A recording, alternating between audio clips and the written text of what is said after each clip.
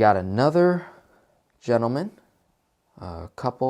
married couple, making $7,228 a month. Expenses $4,766.93. Total debt $246,502.00.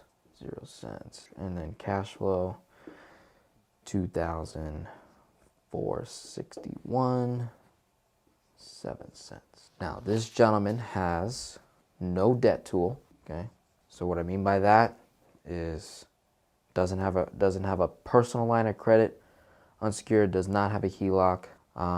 What he does have is a poorly designed life insurance policy in terms of the infinite banking concept. Okay, I want to be very clear with that. You know, if someone says you have a poorly designed policy, it's based on, there's a context behind that as well. So he could have a very nice policy for death benefit, but in terms of cash value performance, longevity, overall high dividend rate, no, not designed for the infinite banking concept. So he does have I believe it's a whole life, and there's some cash value built up inside. Has about $3,000 to work with. Excuse me. Got about $3,000 to work with, and we're gonna go over some strategies here in terms of what we need to kill. So majority of that 246 is a mortgage. The rest are credit cards, 2 loans, some 2 leases, and then a financed car. So we're gonna use this cash on hand plus cash flow. Essentially, we're gonna be doing a little bit of debt snowball right now, just to throw money at bad debt to try and get our credit score up so that we can go and apply for a line of credit when we get the chance. That's gonna be the plan here. So we've got a student loan for $4,300 and the monthly payment $618.20. We also have a Navy Federal Credit Union personal loan for $6,841, and the monthly payment on that $244.76. Okay, and don't have the interest rates, but these are loans, so these are amortized debts. And then we also have a credit card that we're going to use as a debt tool to not only do velocity banking, but to improve our credit score, try and boost that up. Okay, so the balance on that is $8,761, and the payment is $112.34. So here's what we got to do. Just focusing on this, not paying attention to the mortgage. It's too big to tackle. It's car payment, too big to tackle. We want to focus on these smaller debts with these high cash flow gains. Okay. So the very first thing that we're going to do is I want to borrow from his existing cash value policy, and we're going to use that as like a temporary line of credit until we can redesign this. So that really the main goal at some point is we want to redesign that policy. We can use the 1035 exchange strategy there to basically convert that into a better design policy for IBC. So we want to ultimately redesign that, but we're going to take advantage of whatever's in there right now. I'm going to throw that at this right here, knock it down to $1,300.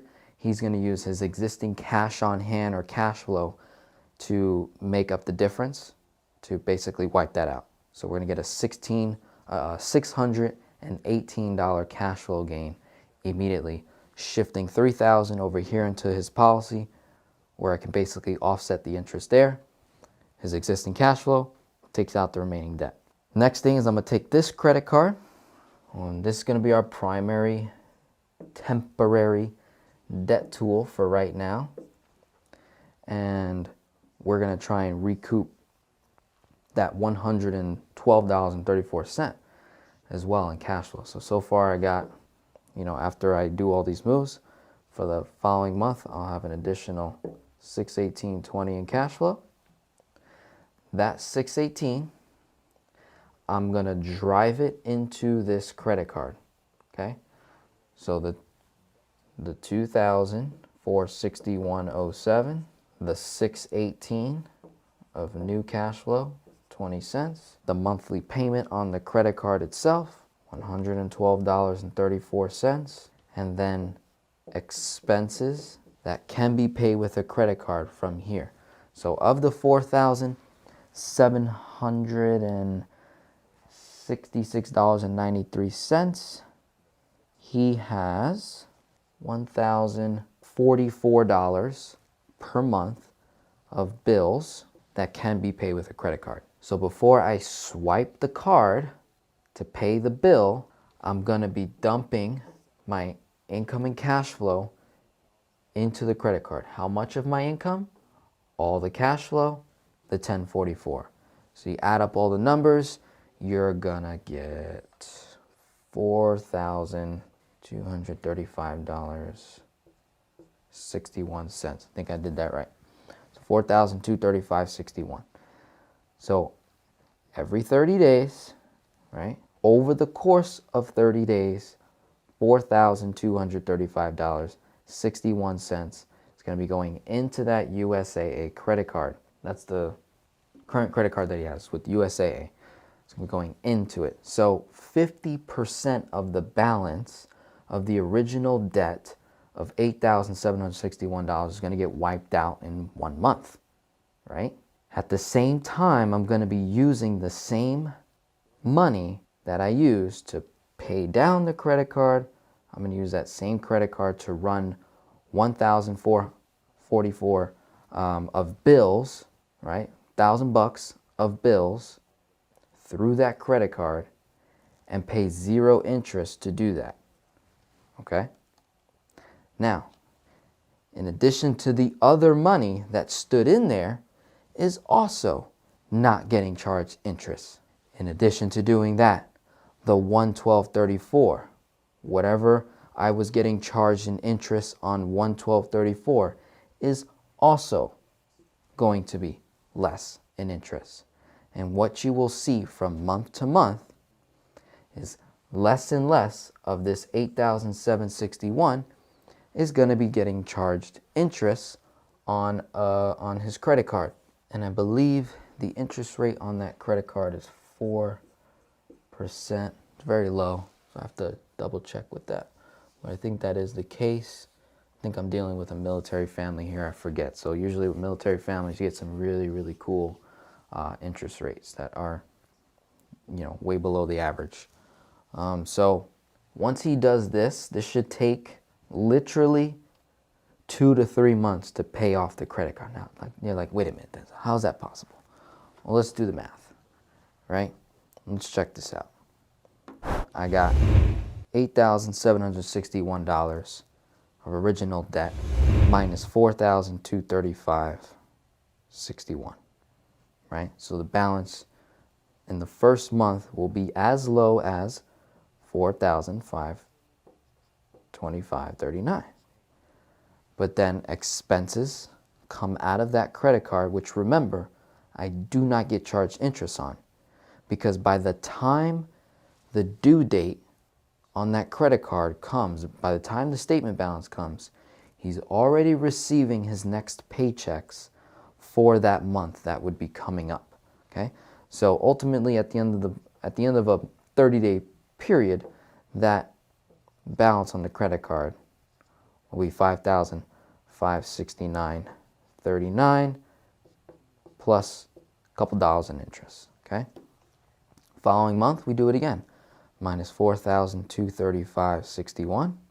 By the way, we're paying nothing on that policy loan that we took out. We're disregarding that. We're not going to pay ourselves back just yet, because the focus is build the credit, get access to a line of credit, bigger debt tool that we can use to redesign that policy and also make larger chunks towards other debts. Okay? Yeah, $4,235.60. So come back over here, second month, balance goes down to $1,000. 333.78. So now technically I'm only going to be getting charged interest on a little over this amount of money right here, 13 for that following month. So for the first month, I would get charged interest somewhere between these numbers, right? And then let me go ahead and add the expenses at the end of the month. So 1044. I'm going to get charged interest between these two numbers that following month. It's incredible. Technically, from month to month, this all becomes cash flow. That 112.34. It's money that's not coming out of the credit card. It's staying in there. My expenses make this become all principal. It's really interesting. Okay, so that's month 2. Look what happens. Come month 3, I'm gonna make, right, this amount. I'm gonna cash flow this money. This credit card technically will get wiped out, right? Oh no, it will be because my cash flow is higher. So by that 3rd month, okay, we're done. We don't even need to put all our cash flow in here. We just need to pay off the balance, right? Done. 0, zilch. And then from there, I'm just going to swipe the card for this amount of money from month to month to show more payment history, show good utilization, paying off the credit card in full each and every month. Okay, this is going to help my score quite a bit. Once this is done, in the midst of doing all of this, he is also going to be building a relationship with a particular bank, probably one that he already banks with, to get that line of credit. So in about maybe a 4 to 6 month period to obtain a line of credit, I want to shoot for something at least 15K or higher. Once he gets that, we'll then revisit the policy in terms of redesigning it. I would restore it, the cash back to 0, do a 1035 exchange, use existing cash flow that I have, plus the leverage of whatever I get in the line of credit, to all go into that newly designed, properly designed IBC policy, which I would then borrow out of and most likely go after this next. $6,841 loan for $244.76 in cash flow. And then I'll also go after his car. He owes $24,000 on it. Payment's $600 a month. So that'll be, very, very, very good. Okay. And so look at these initial steps. This is what I normally take people through. Is we got to know the 4 major numbers. If we don't have a debt tool, we have to do everything in our power to obtain one. We can use and we can leverage the debt snowball concept in the very beginning. We don't want to stay there, but we can use it in the beginning to try to build that credit up, right? So I can get access to capital, access to leverage, right? And in this particular case, even though I still have a lot of debt, right? He's got really good cash flow, good income. And if I can just get access to more capital, more leverage, this is going to justify me saying, hey, let's skip over velocity banking, go right into infinite banking. And now you become your own banker and you're going to start buying your own debt, right? You're going to start redirecting all the interest that you're paying to the other institutions, and we're going to start driving it back to ourselves. We want to own our own debt, pay our own interest, and have it grow while using it at the same time, right? So we're going to be able to use money more than once. And then where velocity banking comes in is simply on the capital and leverage side, being able to take advantage of the banking tools use the bank's money to fund our own bank, borrow from our own bank to pay off bad debt, to redirect cash flow, to increase cash flow, and we just keep creating this really, really cool cycle here, okay?